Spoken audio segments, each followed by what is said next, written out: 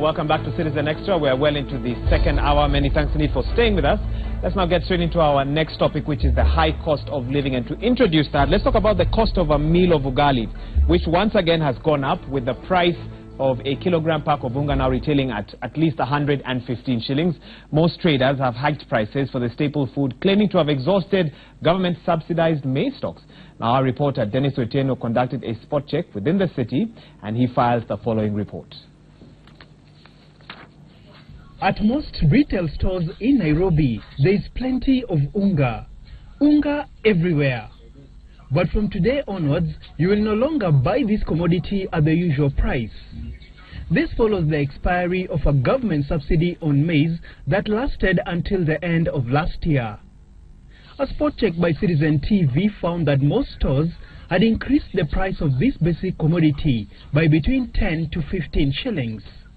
Since May last year, lovers of ugali have been buying a 2-kilogram packet of unga at 90 shillings and a 1 kilo pack at 47 shillings.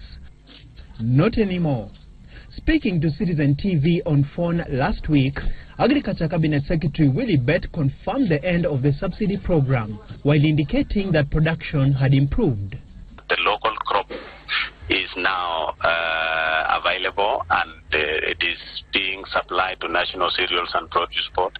The situation now, as far as the supply of maize is concerned, is stabilized, and so the forces of demand and supply now should be left to determine the price of flour. Bett further assured that he will not let the price of unga go beyond 120 shillings for a 2-kilogram packet of unga. But there are fears that the price could rise further. The price increase is already hurting the pockets of many Kenyans, for whom ugali remains the staple food. But not everyone is taking this line, hook and sinker. Parliament's Agriculture Committee has asked millers to exhaust subsidized maize meal stocks before hiking the prices. According to the committee chairman Silas Tiren, millers have enough stocks to last until the beginning of next month.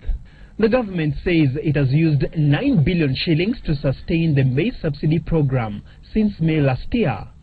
Dennis Otieno, Citizen TV. Well,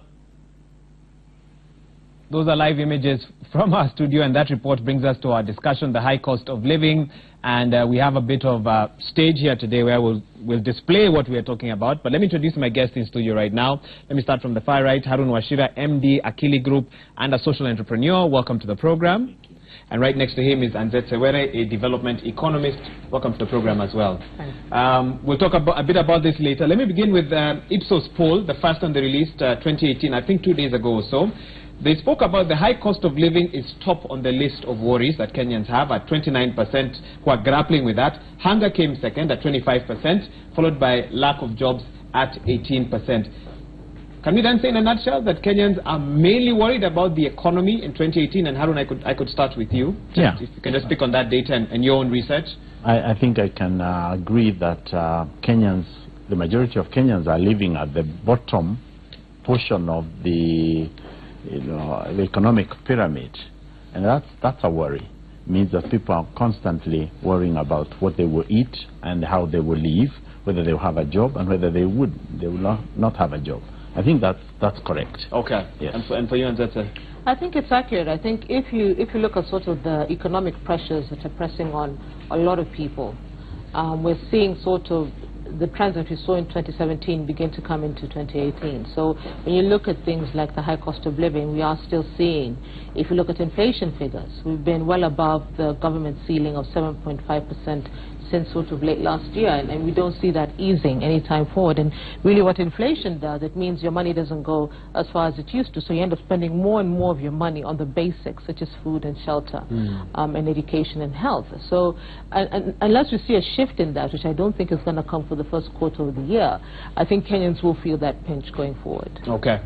Let's get straight into some of the props that we have here. Maize meal. The government subsidy, prices were at 90.47, now gone up to 115, although some feel, some of those prices could go up even higher. Was the idea of a subsidy, a good one in the first place? And Harun, I know you've been involved in agriculture quite a bit. Was this a good idea? I personally think it was just a political activity. The the problem, I think I will just get back a little bit and tell you I worry a lot when I'm interacting with people in the rural areas. They grow maize, but they depend on purchased processed flour for their living. In other words, they grow maize, sell it at a loss, and then buy processed flour at an even bigger loss. That's a big issue, because it is an issue that says we should not be talking about subsidizing that farmer. We should be working with that farmer to make sure that he is consuming what he's already growing. The other problem that I see is that when you constantly train people to depend on subsidy, then eventually you will have a situation where you cannot subsidize everything. In every Kenyan community almost, there is a word for subsidy. The Kambas, I think, call it Mwolio. The Turkana... it has slipped into our own languages. Yes, the Turkanas have Napei Kopo. In almost everywhere, there is a formal word for what it is to get subsidy from government. I think those are the real issues that we need to really be talking about, and I think when we get to talk about it, there are specific things we can do instead of constantly having to build a relationship with a society that is dependent on subsidizing it. I'll come back to what we need to do, at the end of this discussion. And I want to refer to something in your blog. You talked about President Kenyatta's Big Four, one of which is food security, and I believe this is all tied into that. And you said that a considerable challenge with food security at the moment is that it is dominated by small-scale farmers who operate at a subsistence level, limited financial resources, technical support. Now, what you said is clearly not a new problem. This isn't something that came up in 2017. What have we been doing wrong? Because I assume the Ministry of Agriculture knows what you've been talking about, has been trying to fix it, but clearly still hasn't. And what do we need to change? And I want to tie your article with this discussion today. I think that's what you're saying is part of the problem, is that we don't have a clear sense of who runs agriculture in this country, because agriculture is a devolved function, and really county should be doing a lot of the leading work around that. And I think one of the reasons why we're seeing this sort of protracted, prolonged sort of subpar production in terms of food crops is partly because of the confusion of devolution, and people haven't figured out who's responsible for what. Now, that said, I think the decimation of agriculture really started during the Moi era, when he took away the agricultural extension workers. I think that was a crucial element in terms of helping subsistence and low-income farmers to be more productive, to be more profitable, and ensure that their goods get to market at a profit. So when that was taken away, I think a lot of that negatively affected. Now, we have an opportunity in devolution to correct that, where county should be at the ground, at the county, sub-county and ward level, extending very specific support services to local farmers, and I don't think that's happening. I think more broadly on the sort of the subsidization of maize issue, I think the biggest problem we're having is that we don't have the fiscal space to do it, which is why government has stopped that subsidy program. If you look at our fiscal position in terms of how much we're borrowing, in terms of how much we're already spending, we don't really have the leeway to have additional expenses in the form of subsidy. So I do agree with him that it was a political gimmick, sort of to get people to keep quiet until the elections were done. But definitely, as an economist going forward, it is not going to happen, because we're already looking at a very tight fiscal space going into the next fiscal year. So we knew that this was going to end, and the longer term problems, I think, are solvable.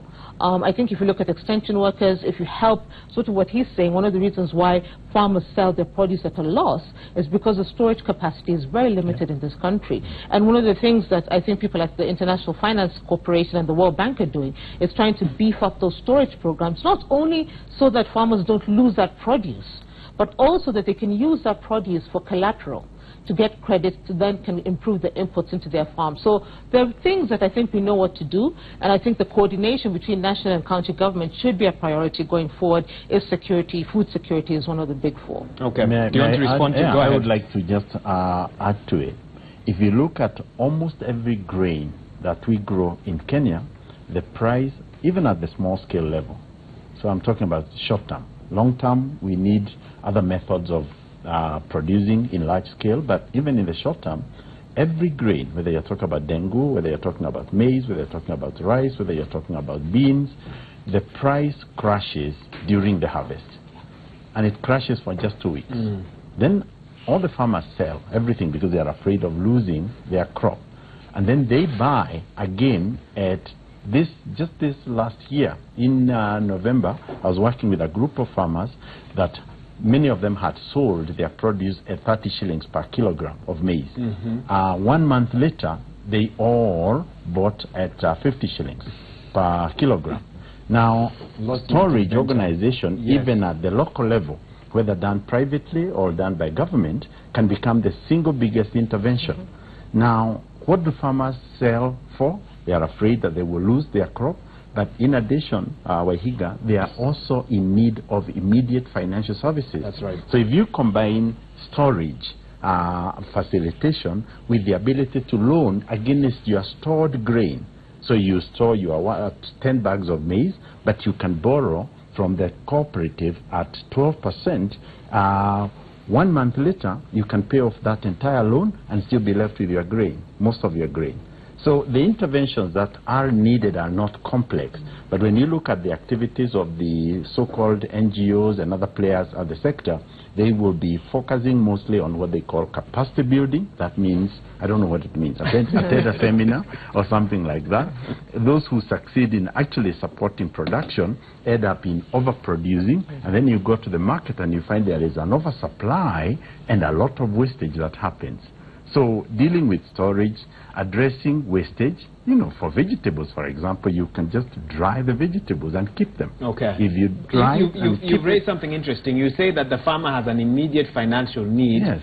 So will he store when he needs the money and thus he needs to sell? He should. How are you going to put money in that farmer's pocket so that he's not in a hurry to sell his produce? I'm working with some farmers who store and use that same stored grain as their collateral.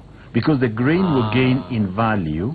In 1 month, it will gain a value of 50%. But borrowed money will gain only an interest of something like 1 or 2%.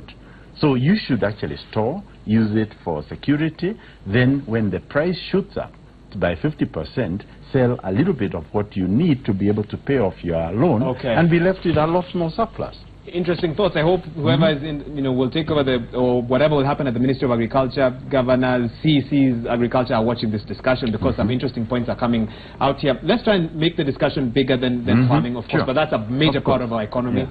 Interesting tweet you posted yesterday or the day before. I'm sure you're wondering what tweet is that. You spoke about economists speaking at a very high level, that sometimes everyone else who has not read, or studied the field might not quite understand. So I want us to bring the discussion a bit lower and talk about 2018 and look at forecasts. For the Kenyan watching, wherever they are watching us from, Garissa, the south, north, east, west, what are the opportunities in the economy for them this year? But what do you also feel will be key challenges that every Kenyan will experience this year? Because I'm sure you've had time to forecast. Yeah.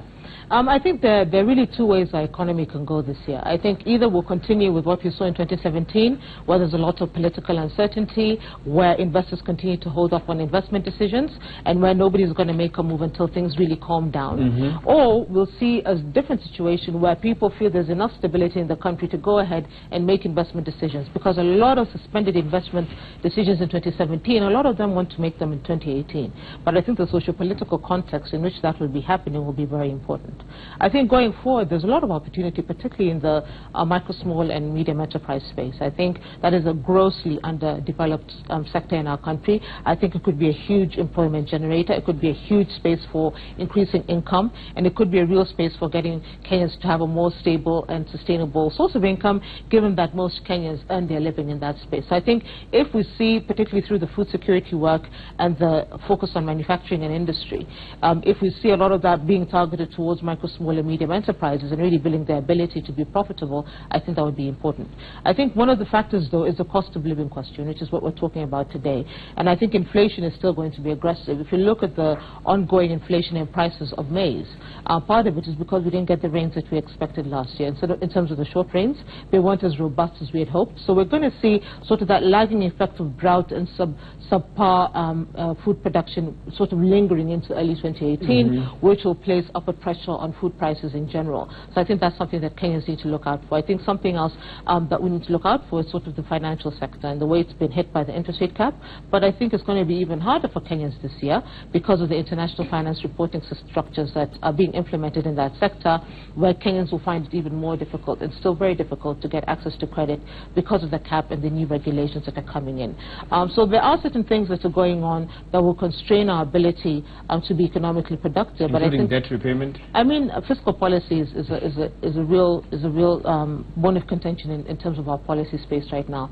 I think the path that we're on is very unsustainable. I think you could correct it, but I think going forward, we cannot afford things like subsidies. I think not only because it's a bad idea, but also because we just can't afford it. So Kenyans need to be aware that at least for the first quarter of this year, things are going to be quite tight until sort of the political situation stabilizes and settles down, and then we begin to see money being pushed into the economy, either in terms of investors, foreign and domestic, making those decisions, but also in terms of government now creating the fiscal space to go ahead and do what they had planned to do. Okay, Haruna, I'll come to you to get your thoughts on 2018, your predictions. Good news for Kenyans, and of course where the challenges will be as well. Let's quickly get an update from Kwale County. Nikki Gitonga is at a market just to get the thoughts of residents there about 2018, the high cost of living, opportunities and challenges. Nikki, what can you tell us? We are actually at Ibiza Market in Kwale County. We want to sample some of the views from the residents and some of the small vendors at the market concerning the cost of living, be it water, electricity, and even the price of maize flour. From now, my cameraman can just walk me to one of the small vendor to get his view concerning the same. Pengine uanze kwa majina na utueleze gharama maisha ikoje. Kwa majina naitwa Gerald na mimi ni mfanyabiashara. Lakini mimi ningeomba serikali tuangalie kwa upande wa maji, upande wa stima, sababu kusema kweli siko juu sana na maisha yako juu. Alafu atuangalie mambo kama chakula, kwa sababu pia chakula iko juu.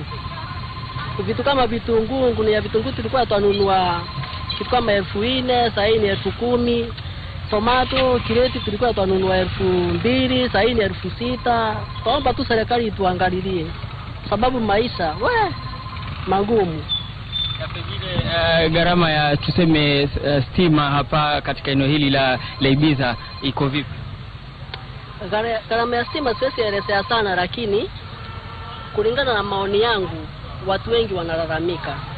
Kwa sababu kama wanasema kuna token zingine za serikali zinakuja fake, zingine asifanyi kazi, mambo kama hayo. Tunaomba tu serikali tuangalilie. Okay, Waiga, can also get sample one of the views from another vendor here. Kindly mama utueleze hali ya maisha iko vipi?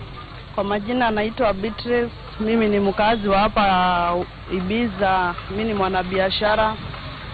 Naweza sema saa hii yani maisha imekuwa magumu kwa sababu mapato yenyewe ni kidogo, biashara iko chini. Yani hata sijui tuelezeje, manake kama saa hii tuseme mtu anapeleka mtoto form 1, yani unakuta maisha ni magumu. Yani unakuta yani kitabu ubabanye zile pesa mpaka itoshe, yani uwe utapeleka mtoto wako shule, inakuwa ni vigumu. Yani hali yetu ya kimapato iko chini sana. Tungeomba hata hao wenye wanatusupply vitu Kongoya, at least wakulima watuangalie pia na sisi upande wetu, at least waeke bei ambao ni sawa, watushukishie at least na sisi tuweze kuwauzia wenzetu kwa bei ambao inafaa. Kwa kusema ukweli vitu ziko juu sana na gharama ya maisha. Sasa sisi tunauza na sisi tunanunua dukani. Sasa unakuwa ile sasa faida umepata unawapeleka wote dukani, manake vitu viko juu. Unga wa sima pia umepanda. Yani at least hata sisi tuweze kufaulu katika maisha. Let's get one of the youth who is also a small vendor is going to tell us more. How, as a youth, how does he feel? Does he feel any pinch as a youth concerning the cost of living in the country, especially after the festive season? Pengine kijana utaanza tu kwa majina. Kwa majina mimi naitwa Mwachela. Yeah, actually the cost of living has gone up.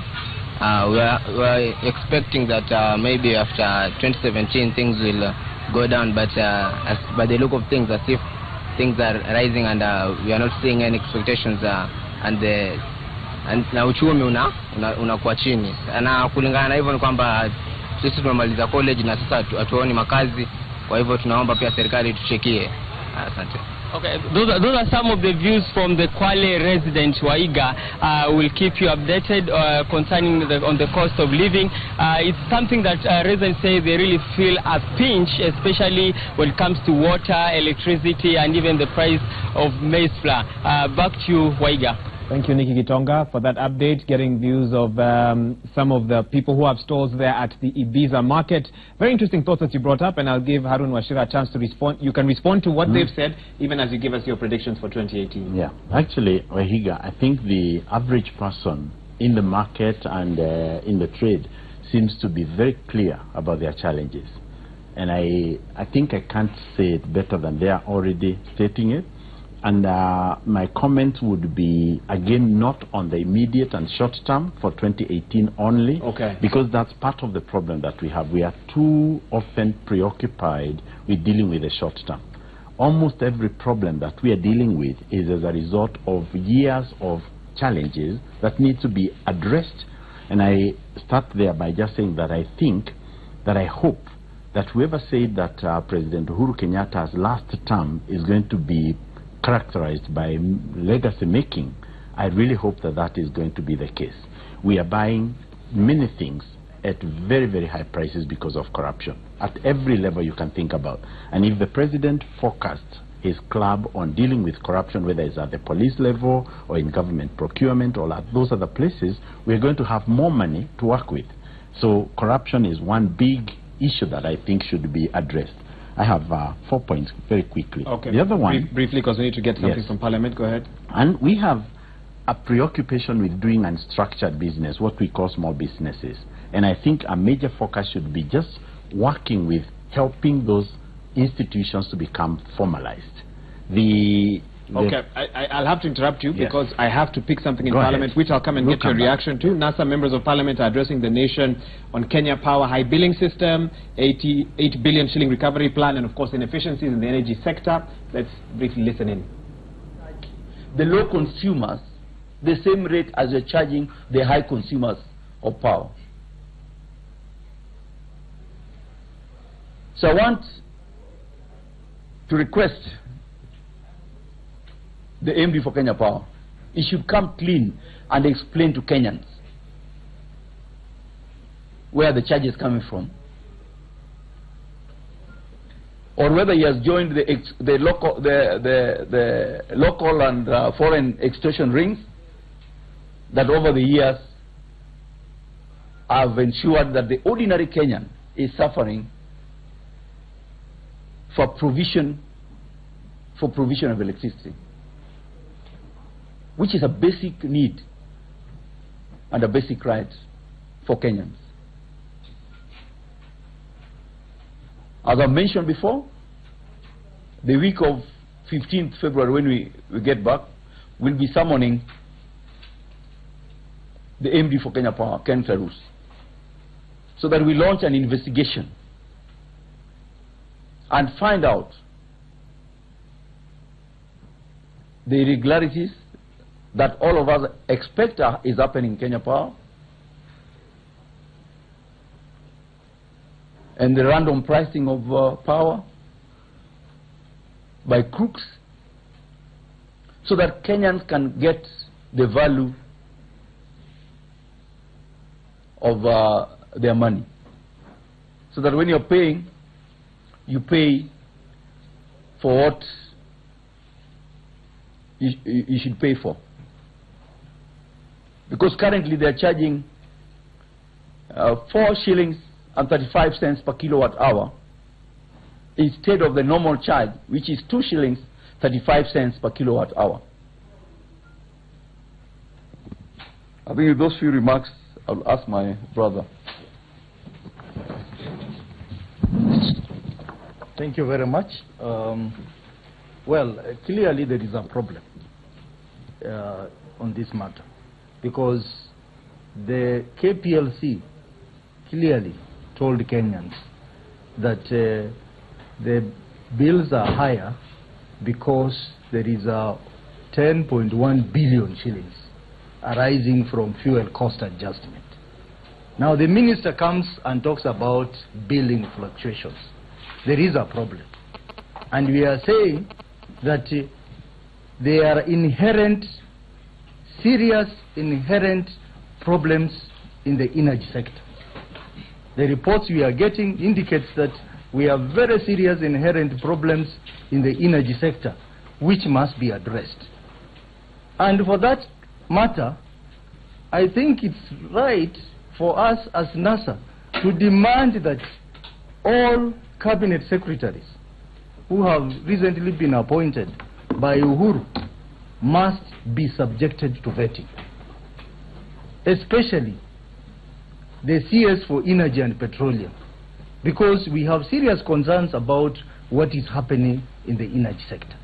You cannot come before Kenyans and give an explanation like what Honorable Keter gave, that it is all about the billing problem. We know from the IT world that a system to be implemented, there must be an implementation plan. Where was the piloting? Was there any system tests before the system was launched?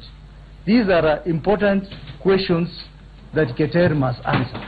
But most importantly, Keter just confirmed our worst fears, that all along our bills have been exaggerated because of estimation.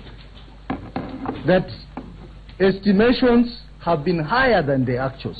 So Kenyans have been paying higher bills all along. What of the prepaid customers? The minister never said anything about prepaid customers. We have an estimation when it comes to prepaid customers. The answer is no. So we do not think the minister told Kenyans the truth, and we are demanding for the truth. And then another question we are asking is, where was the regulator? The ERC, the Energy Regulatory Commission, is mandated to regulate the energy sector, petroleum, electric, energy sector. What are they doing? We cannot fill the ERC as Kenyans. And there are a lot of challenges in the Energy Regulatory Commission, which we'll be addressing as Parliament. The answers that were given by the Director General on the analogy of cars and fuel, that is not an answer that we expect from a serious public head like the Director General of Energy Regulatory Commission. We are asking the Energy Regulatory Commission to wake up from slumber and do its work. We are seeing a lot of challenges in the energy sector. For example, there is a lot of bad fuel in this country. Already, we have lost the market for Uganda. We have lost the market for Tanzania because of increasing bad fuel in this country. Where is the regulator? We are seeing challenges in the surveillance of regulatory regime. So, Mr. Oimeke, please wake up. We know you have challenges in your organization as ERC, and I think the Energy Committee will be looking at the challenges that we have in the regulatory regime.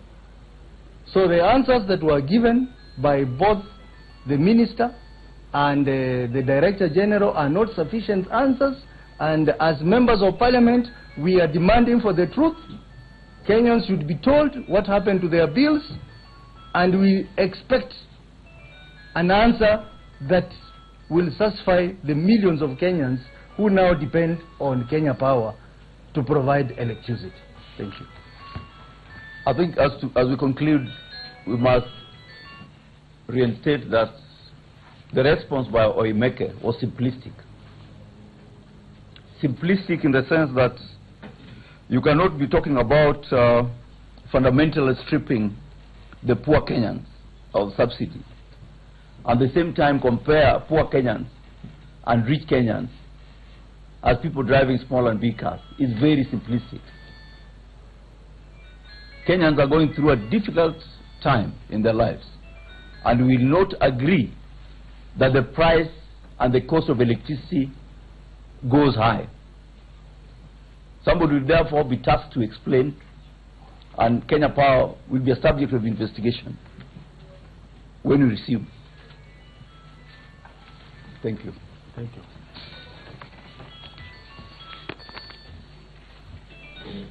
Right, so that's what NASA members of parliament have to feel about Kenya Power's current situation, the inflated power bills. And we've actually been talking a bit about this behind the scenes as we were watching that press briefing. And this, I can give you a chance to get your thoughts on this, even as you tell me that your power bill has doubled? Doubled.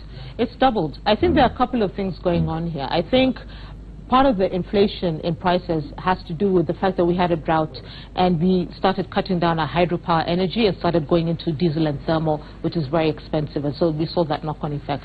I do think one of the biggest problems that we're having is that because a lot of the deals that we made in terms of the generation of electricity were done through public-private partnerships during a period where there wasn't a lot of scrutiny in terms of the sort of deals we're getting into. So government is in a very difficult position where they're locked into buying energy at a certain price that they then have to forward onto consumers. So that's one problem that I think is happening. I think one of the other problems is that we're not seeing the uptake of using renewable energy quick enough. Renewable energy, the prices are going down each year, particularly if you look at things like solar, even wind. We're really getting a very good deal globally in terms of how affordable and efficient that is.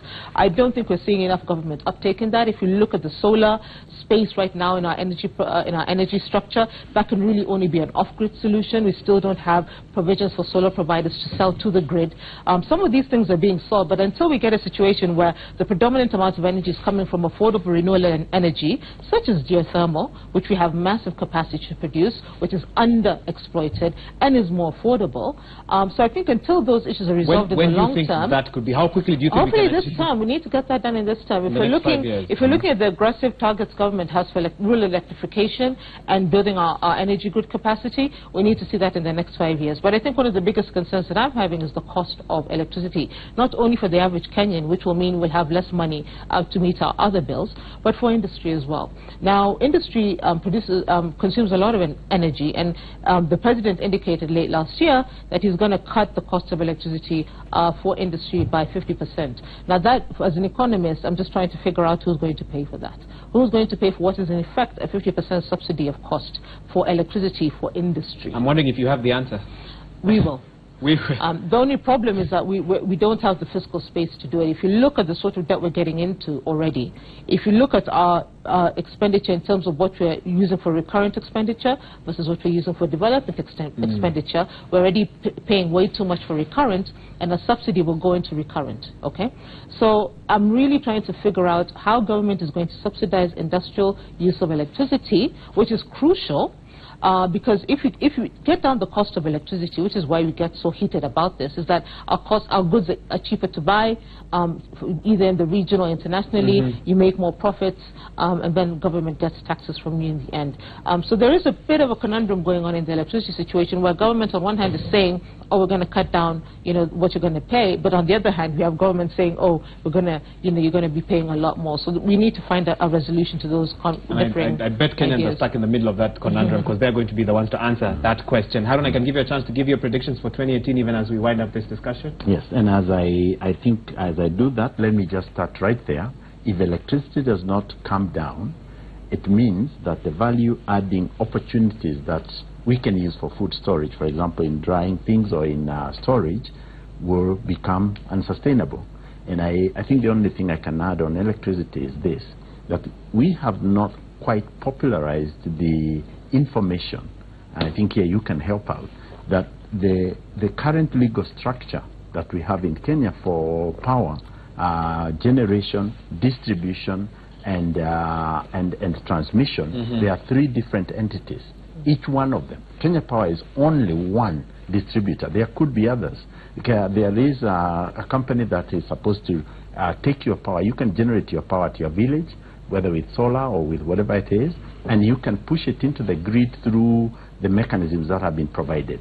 If we facilitate the dissemination of knowledge within that area, it creates opportunities for other people to actually generate, and that will increase competition for whoever else is providing power, if that can be done transparently. If that can be done.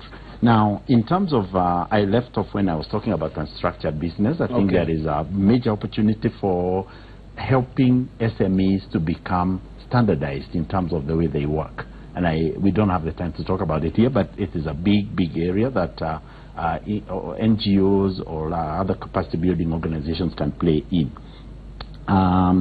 I think that specialization should be something that we should deal with. We sell our produce in Europe at a much higher price, like our vegetables, than we sell our maize, even locally. So why do we grow maize?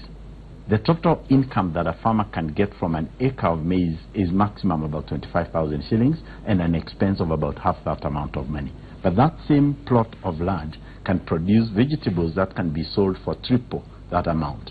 So I think working with farmers to move away from maize and help them to generate other income from elsewhere and buy maize should be something that we should be seeing, because maize can only make sense if you are growing it in a very large scale and in a mechanized way. Okay. So the final point is this whole issue about dependency on government. I think all the conversations you had there says government idea, government That's always the parting shot. Whatever. I think this is a time we have a very large workforce of young people who are looking for entrepreneurial opportunities, and instead of just staying in the city trying to look for some jua-kali work to do, we should begin to see investments going to work in those markets. It is possible to create a private auction market that can get produce from that market in Congo, where internationally, but the auction market is private investment. So there are opportunities for us to begin to diversify where we are taking our investments, and I think our young people need to be partnering with people who provide financing to be going into those territories so that we can make an economy to be more widespread than to only depend on Nairobi. Okay. And finally, only this, we have a highly educated young people.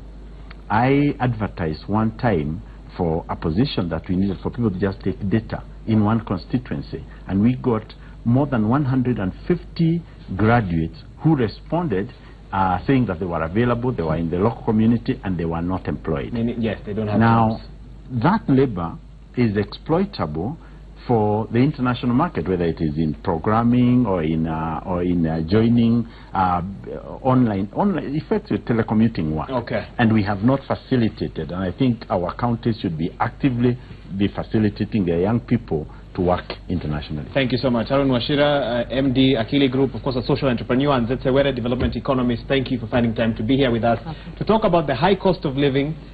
We certainly hope there will be some good news for Kenyans in 2018. That's how we wrap up this discussion. Let's say a little bit about what happened earlier this morning at the Jomo Kenyatta International Airport. Cabinet Secretaries James Macharia, Fred Matiang'i, and Najib Balala surprised JKIA staff after they carried out an impromptu visit this morning to check on security and immigration services. Those are some of the images that you're seeing. This must have been at around 6 or 6:30 in the morning. Now, they pledged that within 100 days they would streamline service delivery because the airport is the front desk of the country. Let's look at these images and just listen a little bit to what they had to say to members of the press.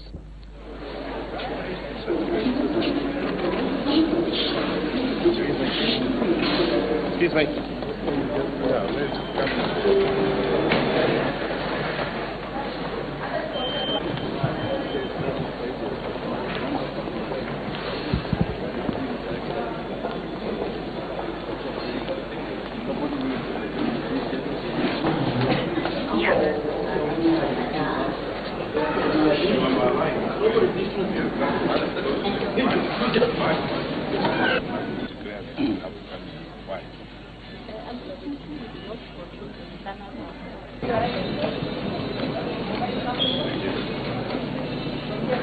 In terms of making this country a hub, in terms of making Jomo Kenyatta a hub, and making sure that indeed we claim to be what we are, to improve services and make sure that we meet expectations of the travelers and the international community at large.